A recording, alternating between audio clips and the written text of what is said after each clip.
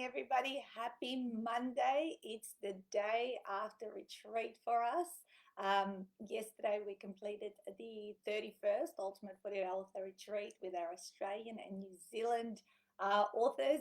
And today is a fresh new day, and it is Makeup Monday. Last week, the last few Mondays, I have decided to start my week, even though we're in stage 4 isolation, getting all dolled up. Today's the purple dress.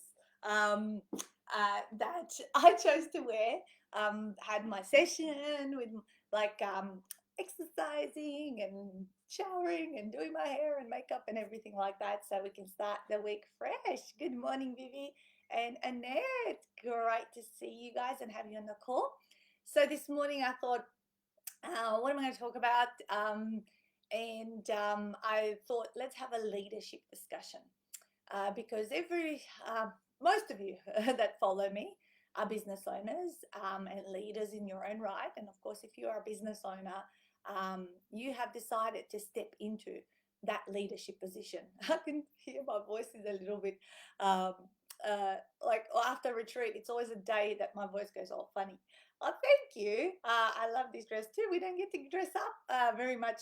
Obviously, being in stage 4 lockdown, we have not left the house like for 6-7 weeks, so why not get into some kind of a feel good routine, right? Good morning, Lisa.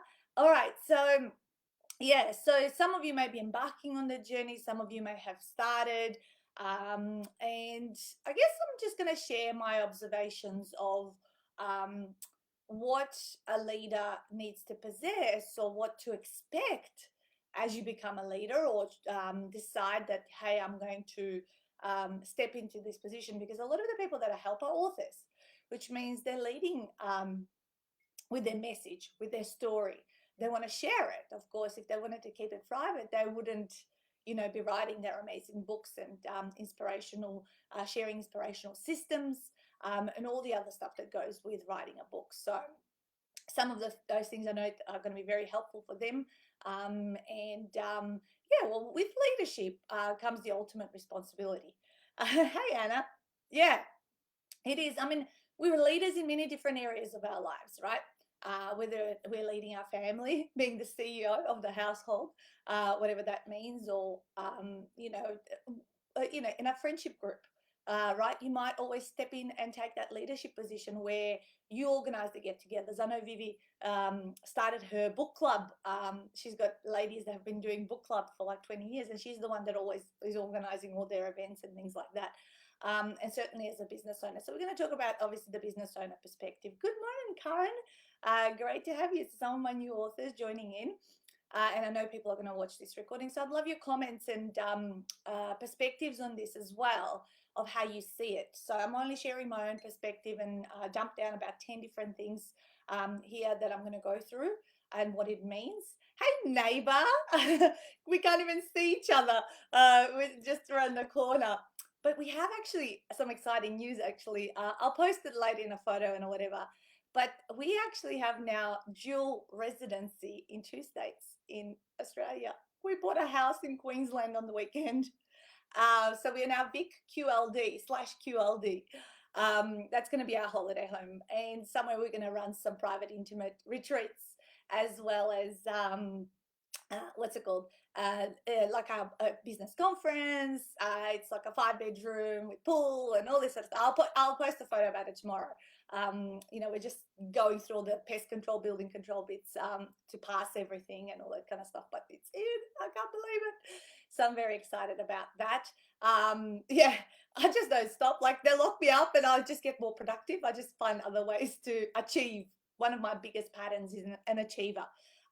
Like strengths in my personality, being an achiever. If I don't get up and achieve something, like, I feel like everything's been wasted away. All right, so let's start into the first point.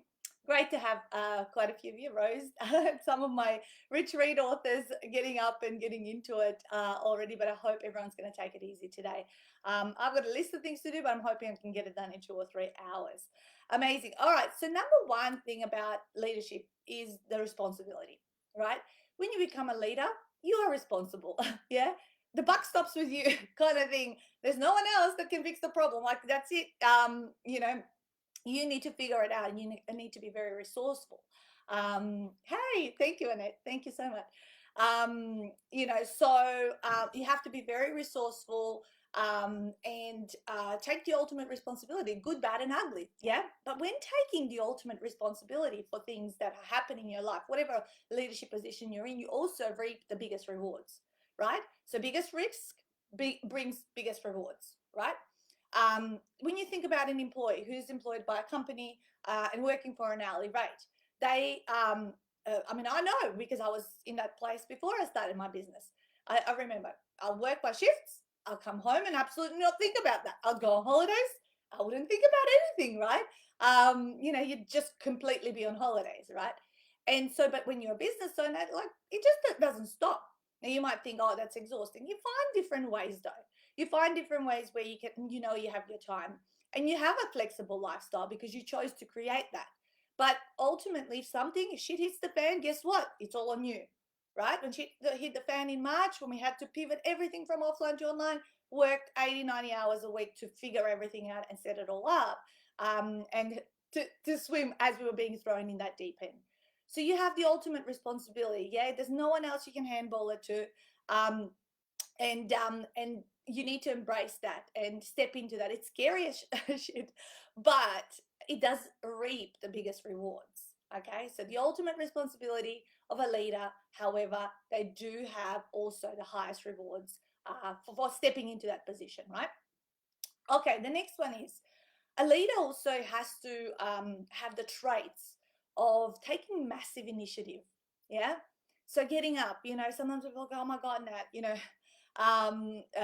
you're always on or you're thinking, but when you're passionate about the thing that you're leading, or that if it's your business or whatever it is that you're in a leadership position, you don't have to be pushed to take initiative. Yeah. You get up and you do it and you just make shit happen, right? But initiative to keep growing, yeah, to keep improving yourself, and stepping out and just kind of always be guiding people where they need to go and what they need to do, right? People actually appreciate being told and having someone with confidence and certainty lead them because they feel then safe. Yeah, it's really, really important. All my messages are popping up. My messenger is just going off. I'm glad you guys can't see that, but it keeps distracting me. People chit chatting in all their groups. I'm a leader of many groups, so therefore, when they all chit chat, it's like, what's going on? And that's something you have to manage, right? So having massive initiative is really, really important as a trait. Yeah. How do you keep things fresh, and how do you thinking of different ways to do stuff? Yeah. Because when people follow you, they will also learn and model what you do. So you do have that responsibility of what people will think and do, and model in your behavior, right? The next one is making decisions others are too scared to. Okay. So when you become a leader, you differentiate yourself from, fear. Like you actually feel the fear, but do it anyway because yes, I'm taking a massive risk here and I'm scared to take the leap of faith, but I'm confident in my in my resourcefulness to figure things out. What's the worst that can happen? So leader also knows to ask themselves really great quality questions. Yeah, I shared these with my authors yesterday. I'll quickly share them here. So when something bad happens, you don't ask, what does this mean? But you memorize these 3 questions. You memorize, how can I use this? What's funny about this? What will I think about this in 5 to 10 years' time? I learned them from a book in Tony Robbins, something. I wrote them down and memorized them. So whenever something bad happens, or like something you don't like, or, corona, like big shit hits the fan. There's lots of various degrees of shit hits the fan moment in our lives and businesses. But those 3 questions are the first 3 I say in my head, and then I answer them for myself. Because by the end of doing that, I feel so much better, and I can take the next steps and not to be frozen in paralysis of fear. Yeah. So leaders make decisions others are too scared to make. Okay. Really, really, really important. When was the last time you made a decision that, kind of made you feel really, in your tummy? That's something to think about. And are you doing it often enough? Yeah. And as you make more of those decisions that scared the shit out of you, you actually find a new comfort zone. And you kind of go for what makes you uncomfortable and keep, doing it. You don't have to be a huge risk taker. I would probably categorize myself somewhere in the middle.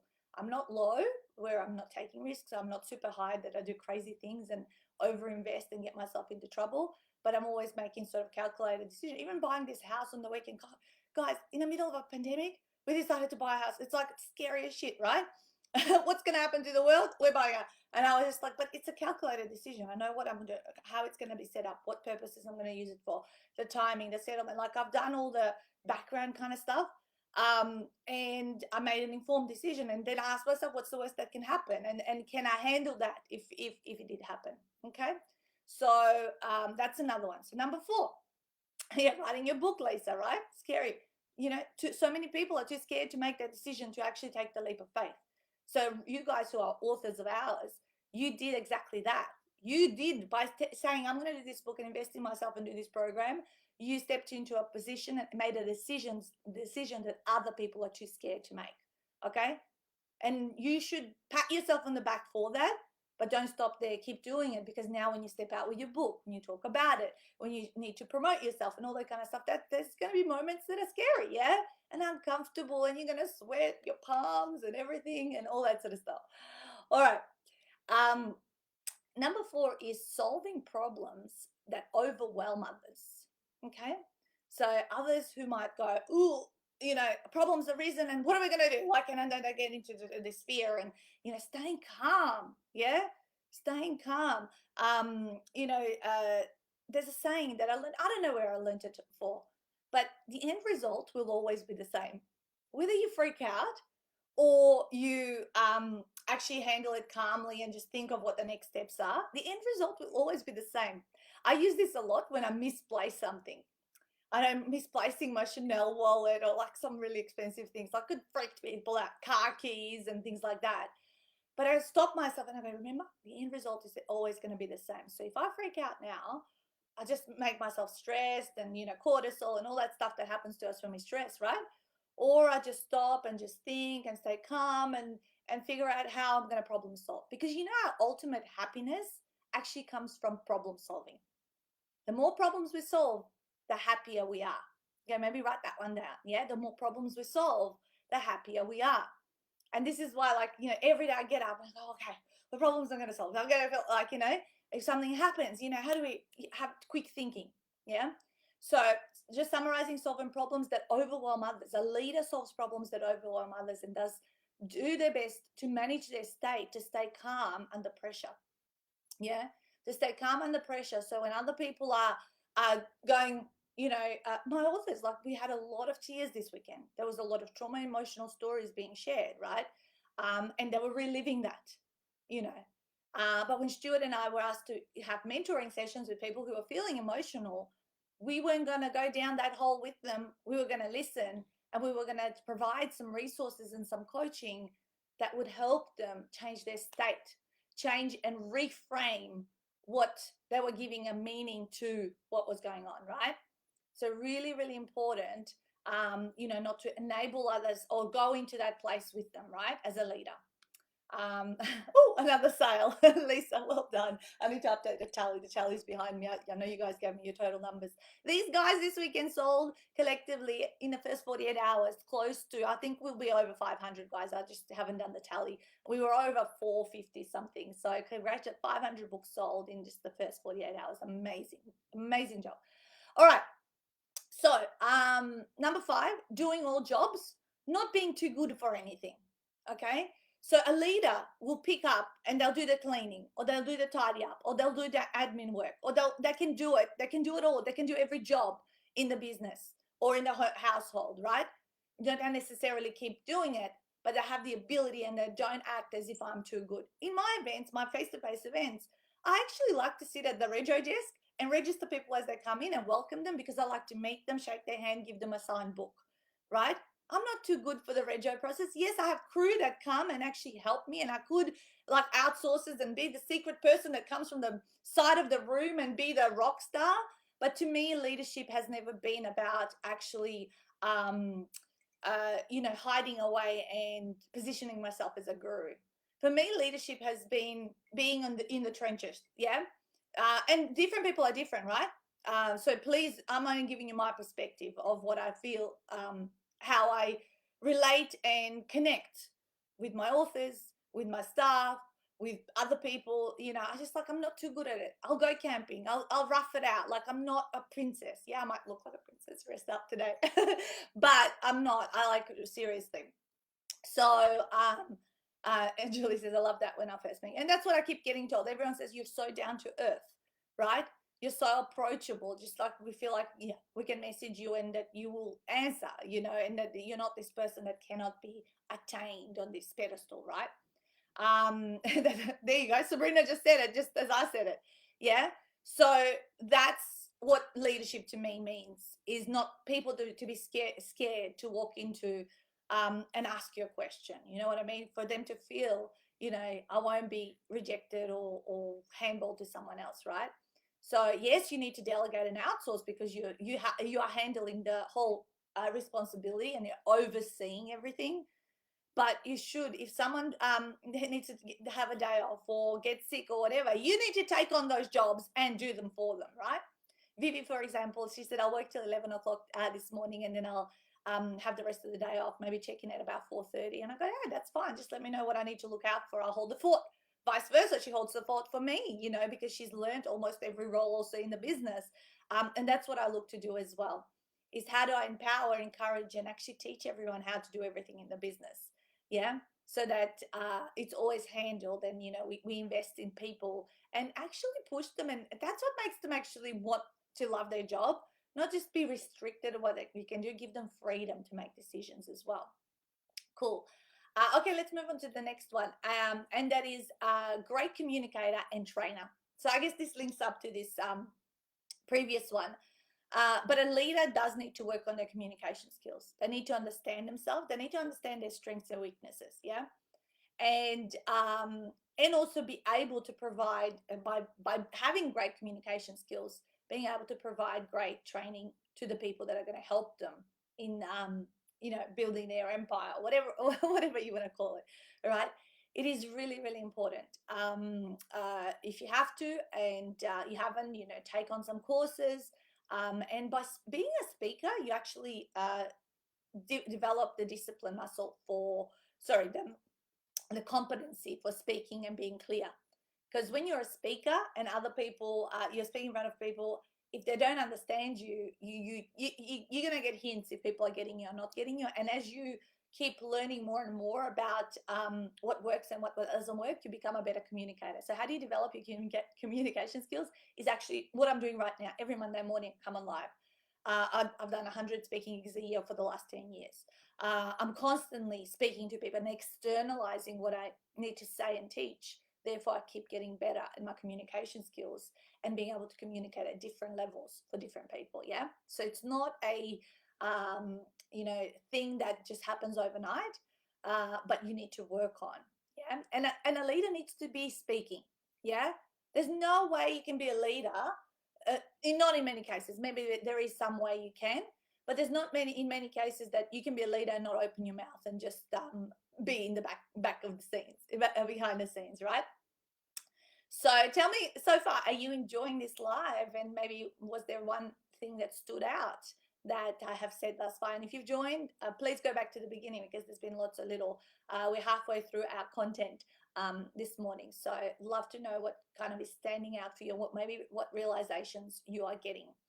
Okay, and of course, being a great trainer, when you train people really well and you're really thorough in your communication, then you're going to have consistency and a really well-run business or household, whatever. As we said, leadership exists in many areas of our lives. It is transferable. All right, let's move on to the next one. Outsource, delegate, and inspire. Yeah. So outsource, delegate, and inspire. Thank you. For those of you that are giving me some love in the chat box, I do like reading the messages as I'm talking. So maybe some of you are too busy writing or something like that.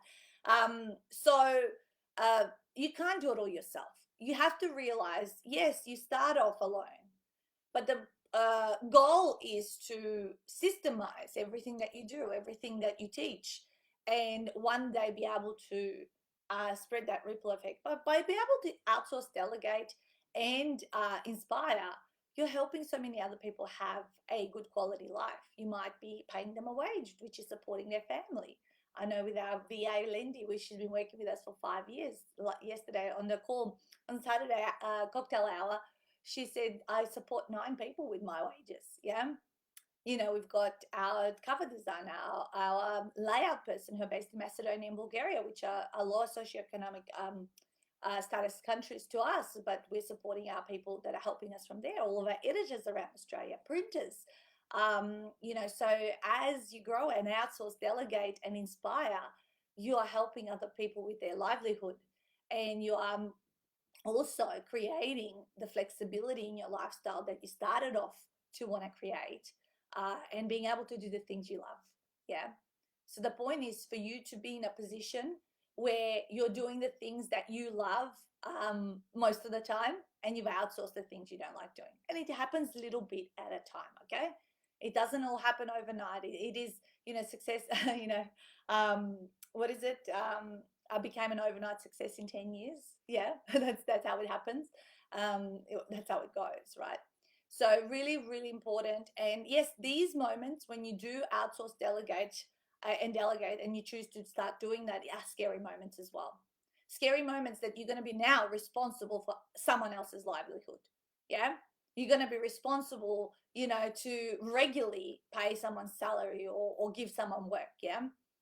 And that's something I wake up with each morning. That's what pushes me. That's what inspires me. Is I wake up every morning thinking, shit, I've got to work really hard to provide for this livelihood, not just of my family, of my suppliers, of the wonderful people, my staff, all that kind of stuff. You know, and sometimes people may think that when they invest in you, it's just you that you're getting the investment, but it's not. There's so many people behind the scenes that are supporting the whole structure and the process of what it means to be a successful business owner and lead. Yep. Okay, number 7, I think we're up to set example by leading by example. Yeah, set an example by leading by example. So this is similar, I guess, to the fact or the point that I made earlier. You know, be able to do all the jobs. Yeah. So if you come across that you're not too good for doing a job within your business or your life and whatever, other people won't act like that. I can see it in my children that you know, they act and behave as a perfect mirror to the behavior and actions that we're exhibiting, especially now during isolation. We've had them at home pretty much for 6 months, guys, if not longer. They only went back to school like for 3 or 4 weeks. They've been with us 24/7, right? And I can see they're happy. They've got a routine. They eat at the right times. They are self-sufficient in their schooling, right? Everyone gets locked away in the rooms. I mean, we have to homeschool the little one. So we take turns with Stuart between 9 and 12:30 school, right? But we can see, everyone knows it's Monday now. We're focused. We need to get this shit done and then get on with fun things we want to do in the afternoon. But it is really, really, really important to lead by example, and do the things that because people, I think, model us more on our actions than on our words. Yeah, really, really important as a leader. All right, number 8 is being an optimist in hard times. Being an optimist in hard times. And 2020 has given us one of the biggest, I guess, the hardest time most people have had in their lifetime. Yeah, from the bushfires to this bombing that just happened. I think it was in Beirut. I think to Corona, like just locking us all up and really making us dig deep in our resourcefulness and our mindset. Right. So as a leader, you need to be the optimist in hard times. Yeah, you need to step up and go, how can we use this? How can we create something good? What is the good stuff that's coming from it? Come on, guys. I know we're all struggling with either have children at home or we feel like every day is like Groundhog Day, but you know, there's different things that we can do, right? And so that's the thing that you're responsible to step into when you're a leader. Yeah. Yes, you can have your little hissy fit moments in private. Yeah. You go, what's going on? You know, can have the frustration and fear come up and all that. And certainly, you have a partner or someone close friend, you can talk about that stuff with them, but then just get on with it. Just wipe it and you got to get on with it. 80% above the line thinking, 20% below the line thinking. We're not perfect and we're not you know, superhuman. Yeah. I've had moments like, oh my God, 6 more weeks, worst lockdown, masks, all this sort of stuff. Like, you know, it's like, what are we going to do? You know, when am I going to have a break? Because actually, staying at home for me has been, I've worked the hardest I've ever worked. Yeah. Because staying at home means that, okay, well, I don't have the opportunity to relax or whatever. So I'm just going to run my business and I'm just going to work and create new stuff. So when I can get out, that stuff is supporting us. Yeah. So the next one is realizing not everyone will like your style of leadership. Okay, number 9. Okay, we've got a couple to go. Realizing not everyone's going to like your style of leadership. And we have seen this with the global leaders. Yeah. Our state leader, Dan Andrews, Scott Morrison, our Australian Premier. We've seen stuff with Trump. We've seen different leaders do different things. We've seen Jacinda Ardern from New Zealand, and you know, everyone is different. Everyone's getting different opinions about their leadership style through this hard time, this pandemic, right? And not everyone's for. There's the for and the what is it? For and against. And that's the same thing in our lives. Yeah, as a leader, not everyone's going to like the decisions you make, and that's okay. Yeah, or not everyone's going to align with your values. It's all to do with values. If you don't have similar values to Dan Andrews, then you're not going to align with him, and you're not going to like the decisions he's making, right? If you do have similar values and agree with what he's got to say, you're going to be all pro and say, you know, do this, do what he says, right? So same as you in your own life, just because it's on a smaller scale, maybe in your family or your business or whatever it is, guys, not everyone's going to, but the leader has to stand behind their decisions, because guess what? As we said at the beginning, they're the ones with the ultimate responsibility. Okay. And they're the ones that are going to have to clean up the mess if they have not made the right decision. Okay. That's what would happen. And this is what all of our global leaders are experiencing and are very much aware of, you know, and doing their best they can. You know, you have to realize, and when you're doing your leadership role, realize that you are, you know, you're not doing things to piss people off. You're doing what you think is best.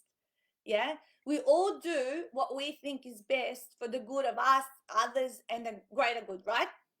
Um, but you know, it's not always going to pan out. The decisions we make are not always right, and you're not going to know that. You're just going to have to tap into, maybe from experience, from what you think, what you know, what you've researched, and then make decisions from there. But whether that's going to be right or not right, going into stage 4 lockdown, is it right or not right for Melbourne? Who knows? We won't know. Maybe we'll know in 6 or 12 months time, or whatever it is, what this caused. But you don't know. You don't have the benefit of hindsight. You just have to make the decision and do the call and be expected. Some people will like you and some people won't, and that's just how it works, and there's no way you can be liked by everyone. So just forget about that one. And let's go in our final one, and that is being fair and giving well set boundaries to people around what they can and can't do.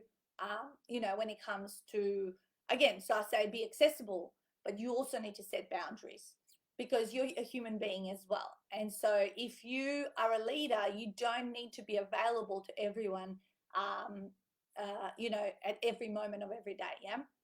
So the more we look for a flexible business, the more we actually want routine in our lives. And I've seen that after 10 years. The first 3 or 4 years, I would be answering emails and messages and texts at any time, any moment of the day and night, and all that sort of stuff, replying to people. And it was, you know, it was necessary to get the business off the ground, to get things happening quicker, right? But now it's a 9 to 5 day. There's no weekends. We have out of office emails. We've communicated to our authors, look, guys, we need to be with our families. And we always are very fast at responding, but these are our boundaries. Yeah. And when we're on holidays, there's people in charge, and everything is sorted and organized. So you're not missing out on your wonderful service around how you're working with us. but there has to be boundaries so that you too can have a life outside of that leadership role, you know, and have your self-care and all that kind of stuff. So make sure you do set those, and stick to what you say. Don't kind of go back in terms of, you know, what you say, and then you kind of do it the one time and then you don't do it. Yeah. All right. So I hope some of this has given you some food for thought around how you sit in your leadership position, because you would be at least a leader in one area of your life, if not anything yourself. Okay. And all of these apply for yourself as well. How do you provide and step into self leadership? And what does it mean for you as a person? Because if anything else, you are a leader of one, and that is you, and how you control your life and the decisions you make and all that kind of stuff. Yeah. But of course, then it expands to your family, business, other people that you're leading. And that's how it starts. It starts from self, and then it goes. And just like when a business starts local in the local city, then to the state, and to the country, then international, which is exactly what we have seen happen. All right, so I'm going to finish up here today. I hope you've enjoyed today's live. Leave me some comments, even if you are listening to a recording later on. I always check them and look at them. Thank you, Naomi. And I'm going to jump across to my secret authors group to give them a little pep talk for the week now, and then get on to my Monday morning list, and then hopefully have the afternoon off after a big retreat. We usually try to take it easy on a Monday. So I'll talk to you guys soon. Have an amazing week. And what do we say? Smash it out. Bye, guys. Have a great